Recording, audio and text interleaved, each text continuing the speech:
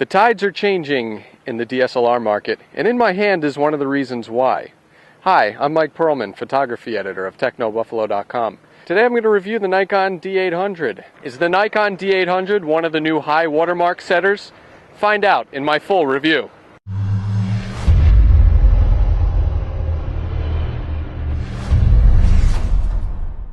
Since 2008, the Canon EOS 5D Mark II has ruled the roost in the world of versatile, full-frame DSLRs. Professional photographers and videographers flock to the Mark II for its superb still image quality and HD video quality. Approximately 6 months later, Nikon released the D700, and while it was a critically acclaimed DSLR for still shooting, it lacked a video mode. So it's safe to say that Nikon has been living in Canon's shadow for the past 4 years. But the tides have indeed changed, as 2012 brings us the Nikon D800. The D800 brings some crucial upgrades to the table. First off, we have full HD video recording. And Nikon has somehow managed to triple the resolution of the D700 sensor, and the D800 offers 36 megapixels. So let's get cracking and talk about the D800's design. Architecturally, there are a few things to be excited about with the new D800. Most notably, the dual card slots. Yes, the D800 can host an SD card and a CF card, and when one card is maxed out, it'll automatically spill over to the other. If you're in the middle of a video clip, the video will stop and start a brand new clip on the other card. Also, we have this nifty new live switch here. We could switch between video and photo mode to give us a more accurate preview of what we're really going to record. The D800 has a slightly larger 3.2-inch LCD screen with a 921K display. That's the same resolution as the D700, so don't expect much of a difference. I was a big fan of the 100% coverage optical viewfinder, particularly because I could use virtual horizon meters and grid displays. Now, as far as an interface, this is a prime example of what an interface should be on a digital camera. Particularly the 8-way directional pad. It was just so easy to press.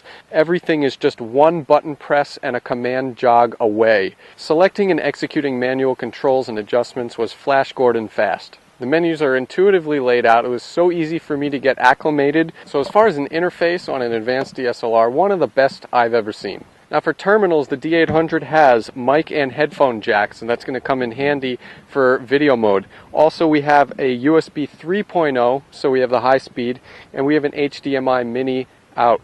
The mini out's going to come in handy for streaming to an external monitor while you're recording video. And we also have your standard 10-pin connector and flash sync terminal. Now, one thing to note about the new D800 is that it relies on the new EN-EL15 battery pack, which means you can't use the D700's batteries if you're upgrading from that camera. Also, the battery life has a lower rating than the D700's.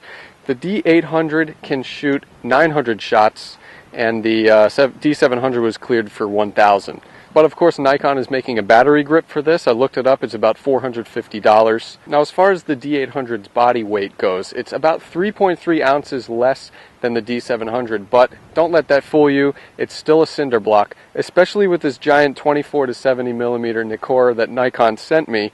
I much would have rather had the 14 to 24 that I tested with the D700, but it's not a perfect world. Now let's discuss features. The D800 has the same Nikon Advanced Multicam 3500FX sensor module with TTL phase detection as found on the D700. The camera even has the same amount of maximum AF points at 51. But now the D800 has face priority in photo and video mode, and it has a 3D tracking AF mode, which adds new focus points while tracking subjects. In terms of AF and servo AF, this thing was a speed racer. It was blazing fast. Now, one of the big features about the Nikon D800 is something you'll find on the company's other DSLRs, even down the price range, is that it has full-time AF. Now, the thing about DSLRs and full-time AF in live view is that it's not as smooth as a dedicated video camera. So even though the Nikon D800 was one of the best full-time AF performers I've ever seen, I still prefer a video camera because it's silent and you don't get those grunts and groans from the camera. Now, exposure on the D800 has been improved a bit with a new TTL metering system with a 91,000 pixel RGB sensor. Although the maximum ISO range on the D800 has remained the same from the D700 at 25,600, we now have a new low ISO at ISO 50.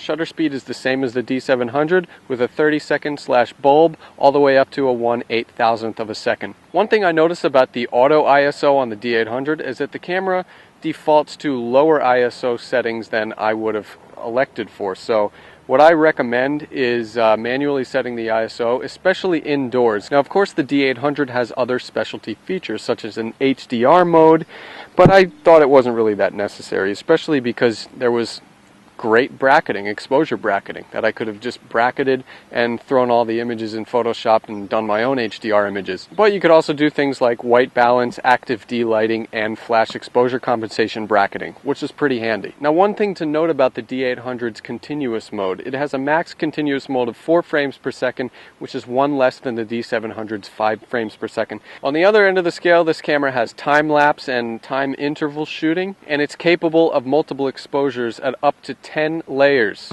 So that's pretty impressive. As far as white balance control, it was very straightforward. You have your manual and your presets. There was also custom Kelvin control, and you could do it down to the degree, which I thought was great. Of course, the D800 would not be a D800 without vignette control, advanced noise controls at high ISO levels, and auto distortion control. But I pretty much kept all of those in neutral to give this thing a balanced evaluation. Now let's talk about the flash before we get to image quality. The flash, the built-in flash on the D800, I actually was really impressed with it. I know a lot of pros out there are going to put their $500 speed lights on this thing.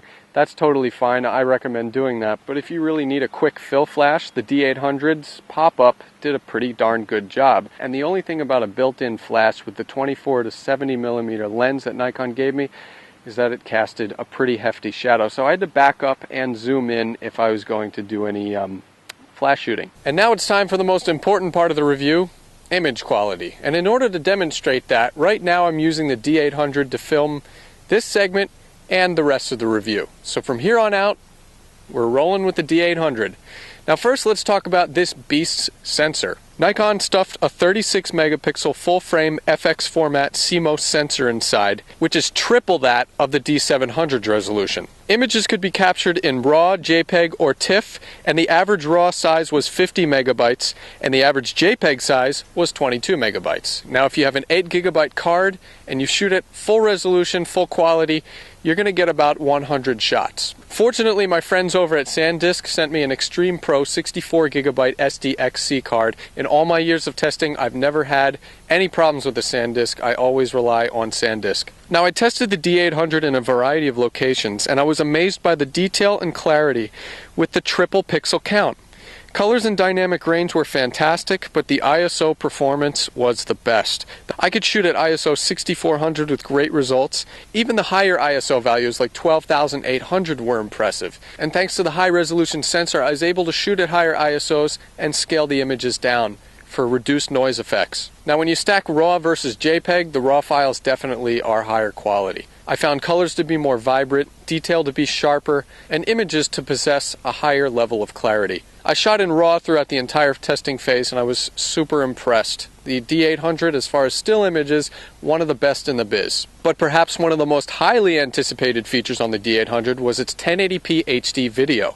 I shot exclusively in 24 frames per second and 30 frames per second, and I was extremely impressed by what I found. But overall, the D800's HD video quality could be considered for film and commercial work, thanks to its superb image quality. I also love the fact that I could shoot with full manual adjustment, including shutter speed, aperture, and ISO range. Low light performance is very impressive, although when I tested it in extreme dark environments, I did find noise, so that's something to consider. And also keep in mind that when you compare the video quality from the D800 to its stills, there's really no comparison. With the video quality, you find that the colors are not as vibrant, and I stumbled across a few moire patterns.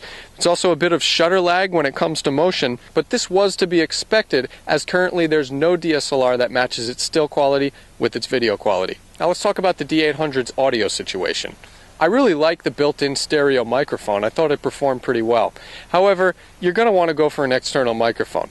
But one thing I noticed about the 3.5mm audio jack was that when I plugged my microphone in, the floor noise increased, so kind of have this hissing background sound. I think that's something that's characteristic of DSLRs and external audio. If you're really serious about audio, if you want pro audio, get a Beach-Tech XLR grip adapter, and Bob's your uncle. So now it's time for the Buffalo call with the Nikon D800. It's awesome. For the full review, go to technobuffalo.com. Until next time, I'm Mike Perlman. Keep snapping, folks.